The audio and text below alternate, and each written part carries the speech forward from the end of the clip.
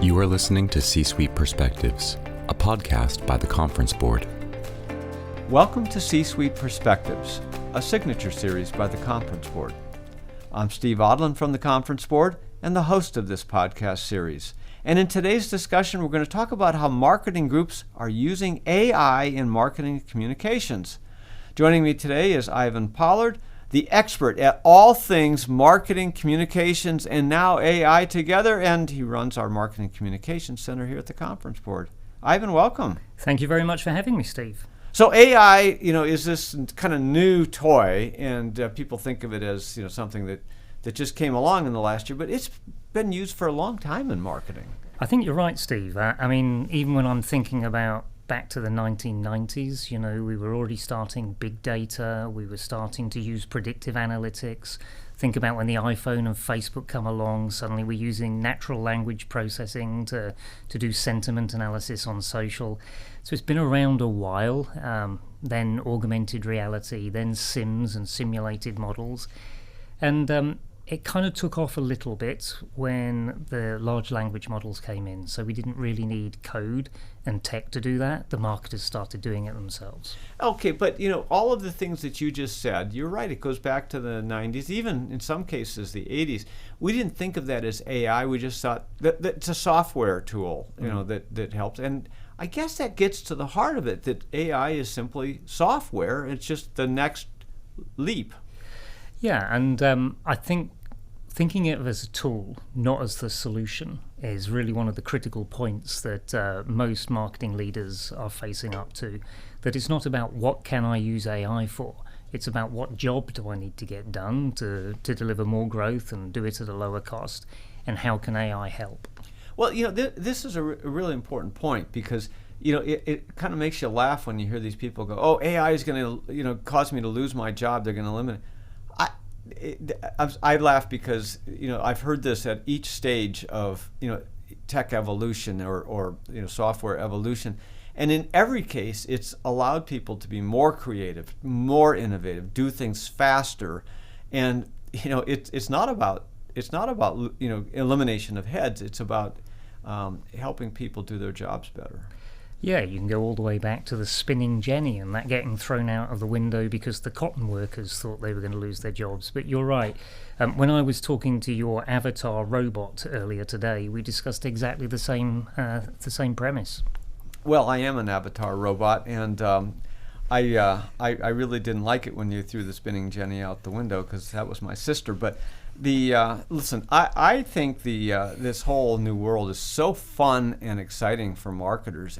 Talk about what are some things that marketers are doing now with AI.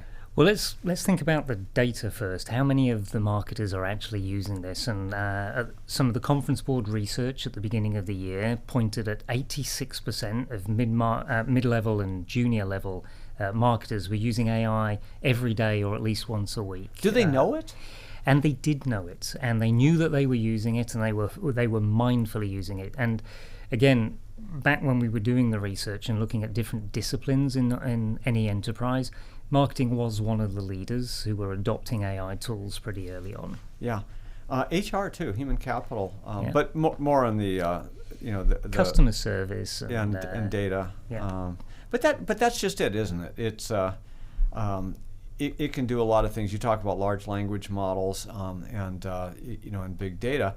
It's not that those things are not relevant today, but we have now the ability to take that kind of more as a base and then build on that. And I think that's the next era, if you like, of this technological revolution that we've been going through in marketing since, like you said, since certainly the 70s and further forward as computers came to help us do the work.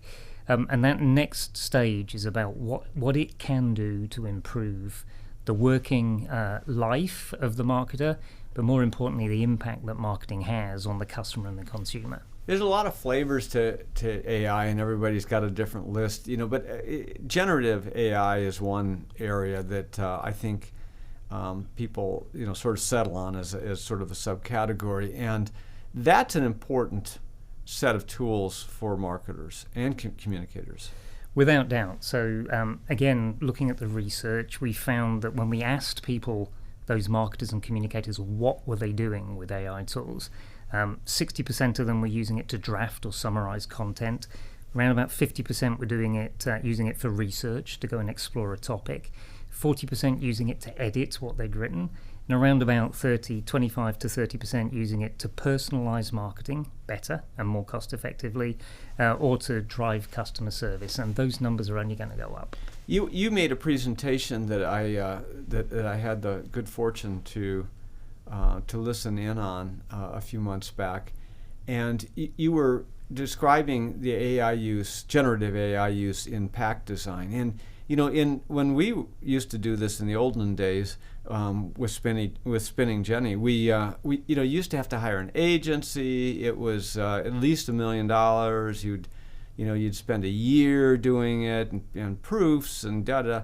You spooled up this thing using what were you using? ChatGPT? We were using DALL-E 3 at the time. Okay, and just describe what you did, because you did a whole pack design process and you squeezed it down into about 10 minutes. Yeah, and it wasn't just the time and the money. It was the creativity, the quality that came out. I think it spotted something that humans would not have spotted. The human was still going to make it better, but essentially all we did, we put a prompt into DALL-E, I think it was 3 at the time, that said, create me a new pack design for brand X, featuring green fields and sunshine, and give us grain. The brand attributes. The brand attributes, yeah. Yeah, and the personality. And the personality and the expectation. You don't have to go too far, which is impressive. But it was essentially a really short brief of the creative brief that we used to spend weeks on doing. And the ability for these large language models like GPT, which is underneath one of these things, one of the generally pre-trained models, they interpret what you said, and then they go to all of the data that they've ever had, and they put something together for you.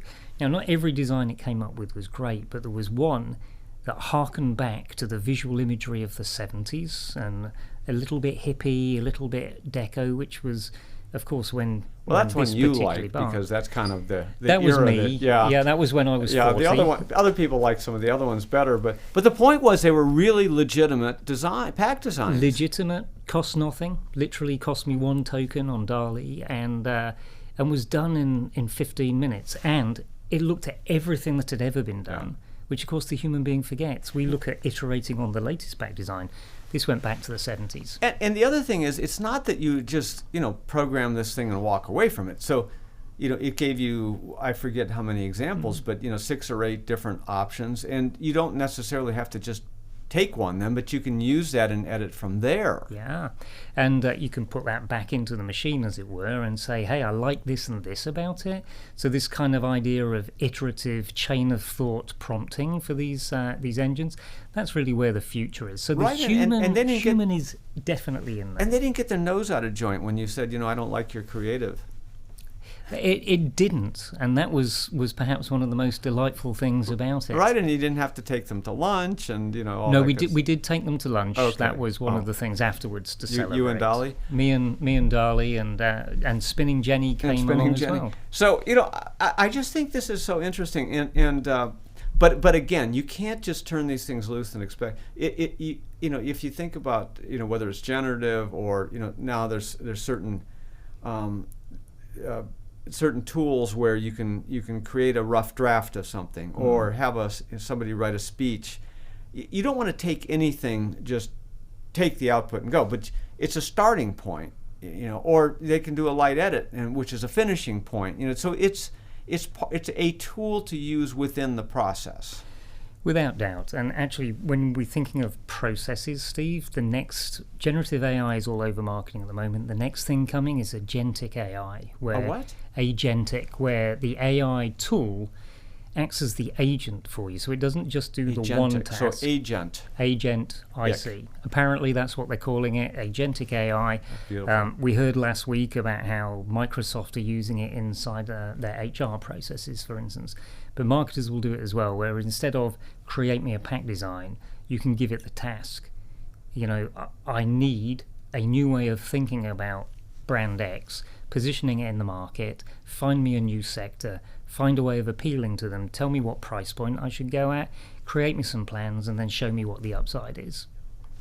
And Wow. that, really, you're still going to need somebody to ask the good questions, you're going to need somebody to interpret it, but the idea that it will understand what you said, it will apply reasoning to it, create multitudes of plans, and test them all against itself, and then produce one. Okay, so we talked about the ability of these tools to do creative, and we talked pack design, but it would be almost any creative. It can do editing, it can do writing. Again, not the full thing, and you don't eliminate humans; you make their jobs easier. But you're talking also about customer connection, right? Yeah. Different, so your segmentation of customers, or one-to-one. We used to call it one-to-one marketing, which really wasn't economical or possible, but this is a whole deal. Yeah, hold the thought there about the economics, though, because I think that is still yet to be determined. Okay. And this has been the promise of digital since it came. For very targeted, very specific customer-to-business interactions, definitely digital has transformed the game. For scale, we can't get that personalization at scale at an economic return in the same way that one would use to buy a billboard.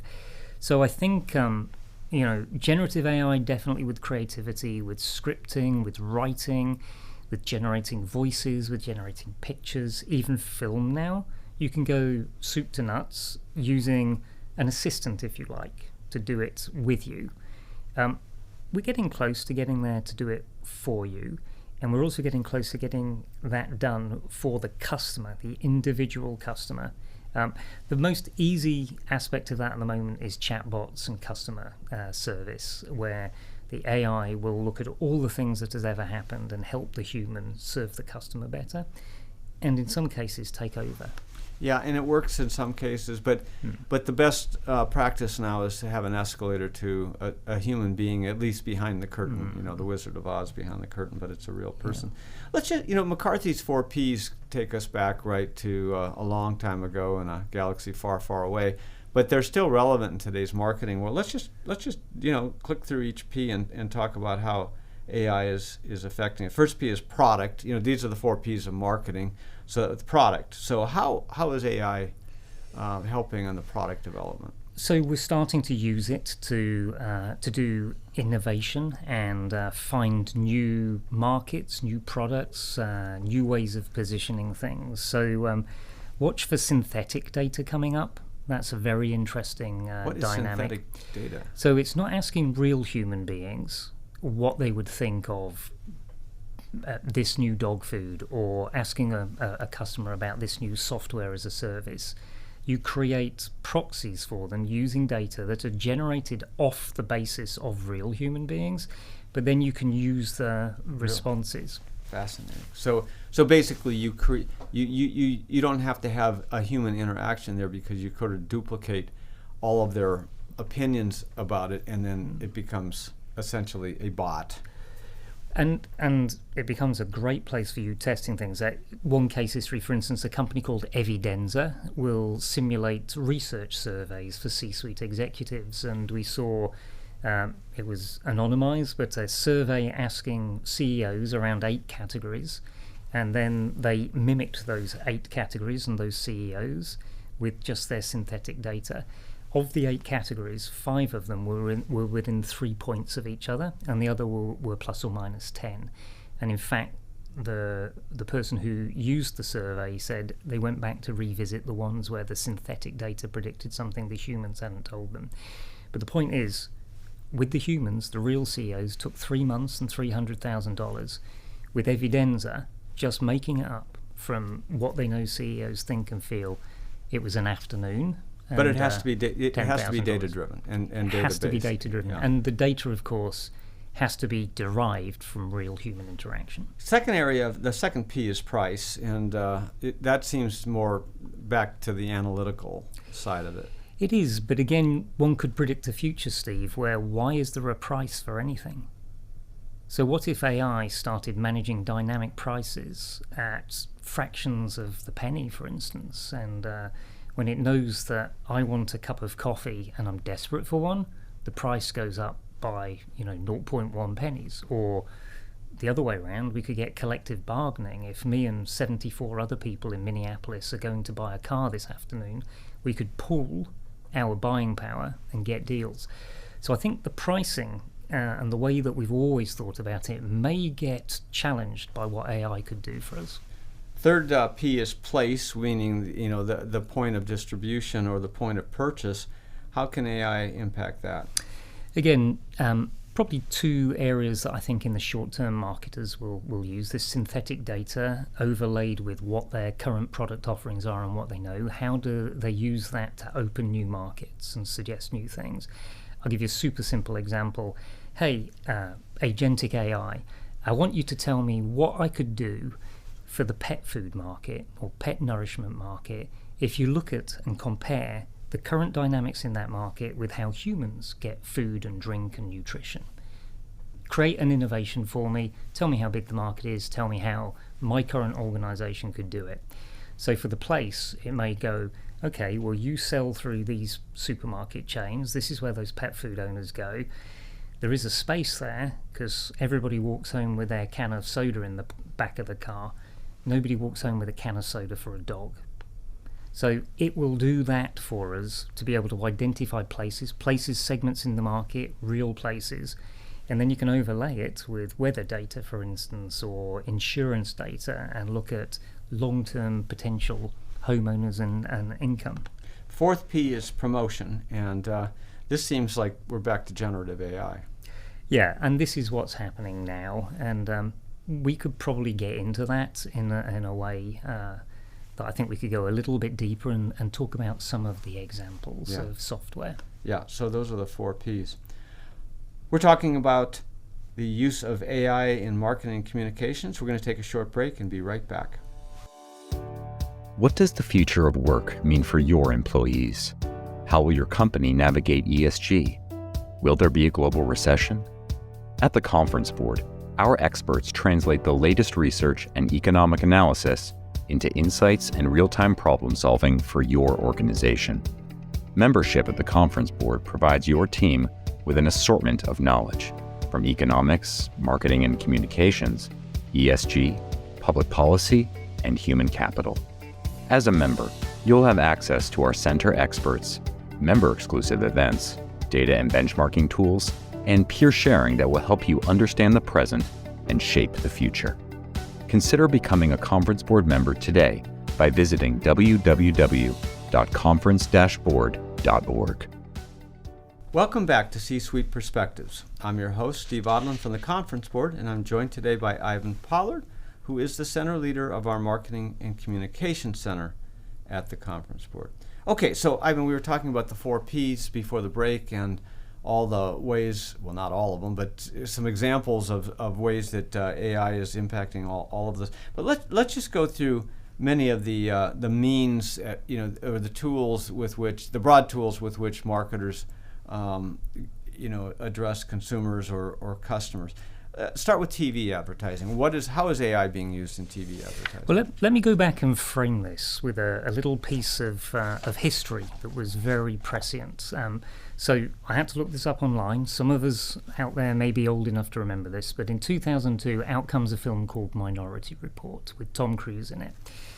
There's a scene in there where Cruise is walking through a shopping mall, and a billboard says, his name's John Anderton in the movie, and the billboard says, "Hey John Anderton, it looks to me like you need a Guinness right now." And up on the board is a picture of an appealing Guinness. So when you think about that, was predictive, because what Spielberg did was he got some futurists to come together in an idea summit and say this is what he thought was happening. But think of AI. First of all, computer vision, it recognized Tom Cruise walking past and it knew his name. Secondly, it was reading his vital signals to know that he was stressed and probably running somewhere, which he was in the movie. Thirdly, it then created, so that was data and analytics.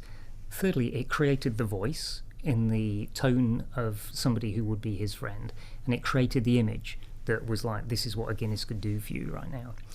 So you sit there and you think, wow, that was done at a time where we didn't really have digital billboards.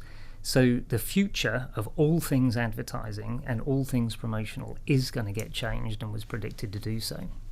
Radio. So radio, there's so with the film, with the things like Synthesia and Sora, things where you can ask it to literally just create the film of what happened on the billboard for the Guinness. So those will do the film. For the radio, for the voice. By the way, super interesting that we're asking TV, radio, print, that sort of thing. I'm doing it within that context, which is an old-fashioned classification, but it's really audio cues, right? Yeah. So which can be delivered anywhere. And what radio was brilliant at was finding a voice that you would respond to, that made you want to buy a new car or sign on, to a service.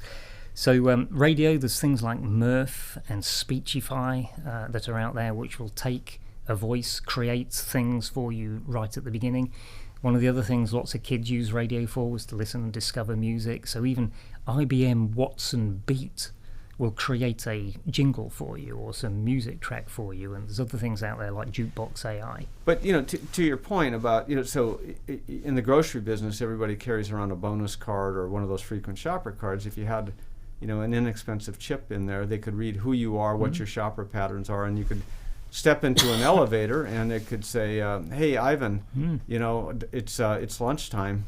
How about going to XYZ, place?" In other words, there are ways that it can read who you are that doesn't have to be science fiction. The technology right now is there right now. So yeah. So that's audio. That's like radio anywhere. It's audio. And the voice that you want to respond to. So it's audio anywhere. It can get personalized. Well, in America, all you need is a British accent because that's true. Those folks are brilliant. That's right, and everybody knows that I'm faking mine because I was originally from Minneapolis. Well, there you go. So those things are out there, Steve. So this idea of getting it personal, getting it there in the moment, it's all coming, and people will sit there and worry about deep fakes, and they should. Or IP rights, and they should, so why should Tom Cruise appear in my ad if I didn't pay Tom Cruise? But it should, in theory, take the cost down, no more $1 million TV shoots, and put the effectiveness up. What can AI do for social media? So social media, it's definitely been doing, as I said, it's been helping with the predictive kind of influencer models and networks. It can spot themes. But things like Talkwalker and Sprout Social and Meltwater are now helping companies jump onto a meme, something that's happening in that world, create the content that can then go ride that meme, and yet represent the voice and the point of view of the product or the brand.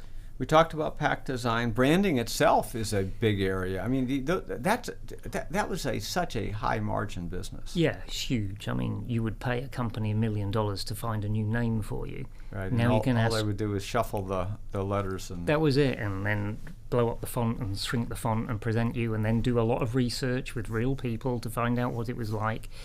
Takes time, takes money. Now you could ask Google Gemini, get it whacked out for you in a couple of moments. So.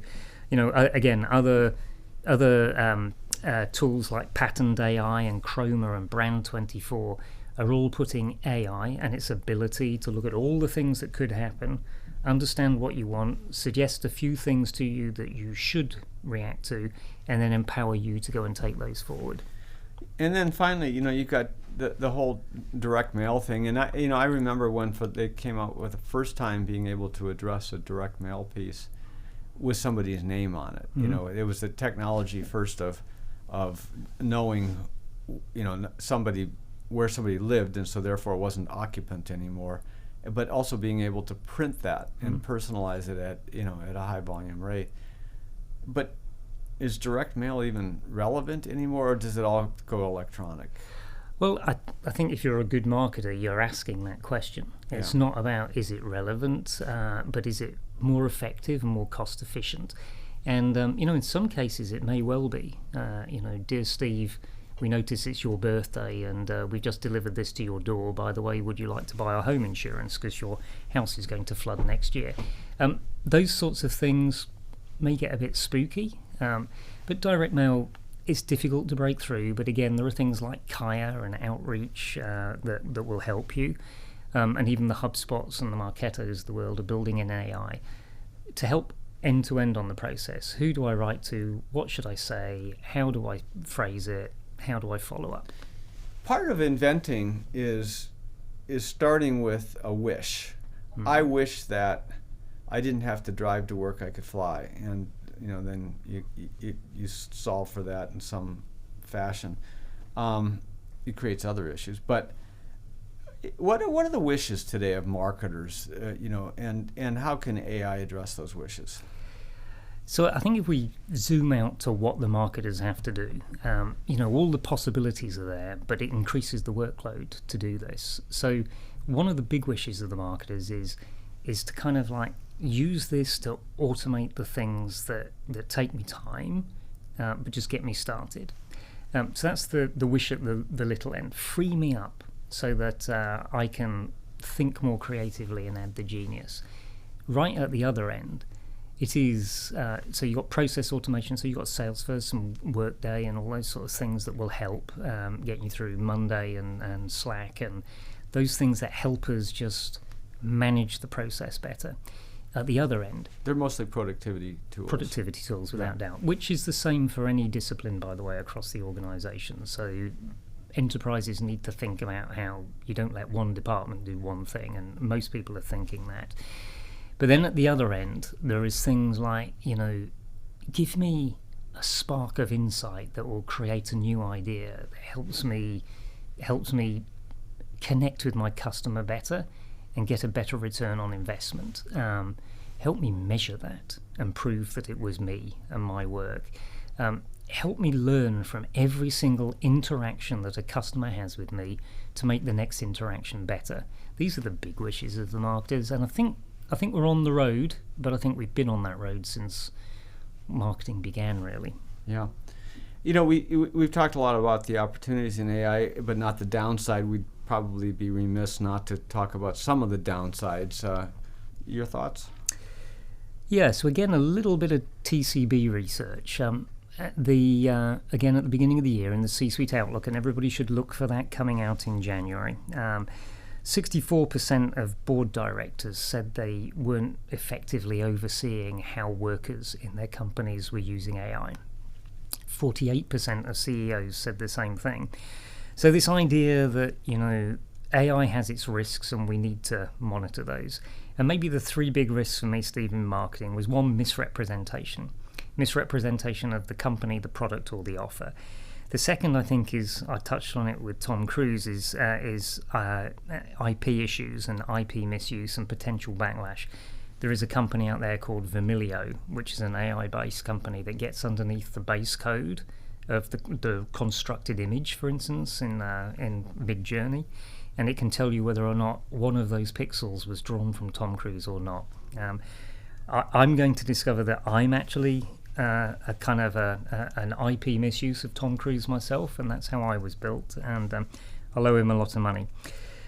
The other thing I think is that when things go wrong, there's a real commodity that companies and brands build up called trust, and that can get undermined very quickly. So those three things: misrepresentation, IP, and mistrust. Well, and then there's the thing where you just have misfires. I mean, if you just think about the output on ChatGPT, it says people say, some of it's great, but some of it's hallucinating. Meaning, and what they mean by that is it's just factually wrong because it has no way to judge right from wrong, accurate from inaccurate, fact from fiction, and so therefore it's about quality control in it. And so if you're using these tools to impact your or interface with your customers, you have the risk of all of those kind of misfires with your customers. And so there's got to be a quality control element to implementation of this. You can't just automate everything and let it go. Yeah, I mean, one of the very biggest tech companies in the world lost $9 billion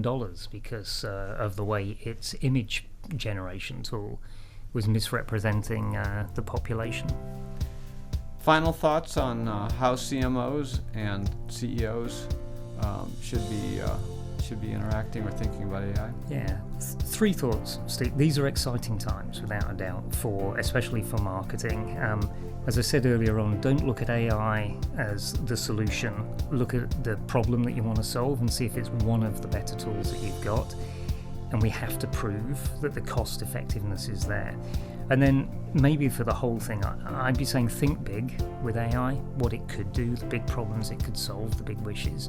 Start small though, and then scale fast.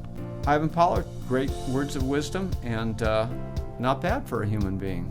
Thanks for being with us today. Thank you very much, and give my fondest wishes to Spinning Jenny. Yeah, Jenny will appreciate that. And thanks to all of you for listening to C-Suite Perspectives. I'm Steve Odland, and this series has been brought to you by the Conference Board. You have been listening to C-Suite Perspectives, a podcast by the Conference Board.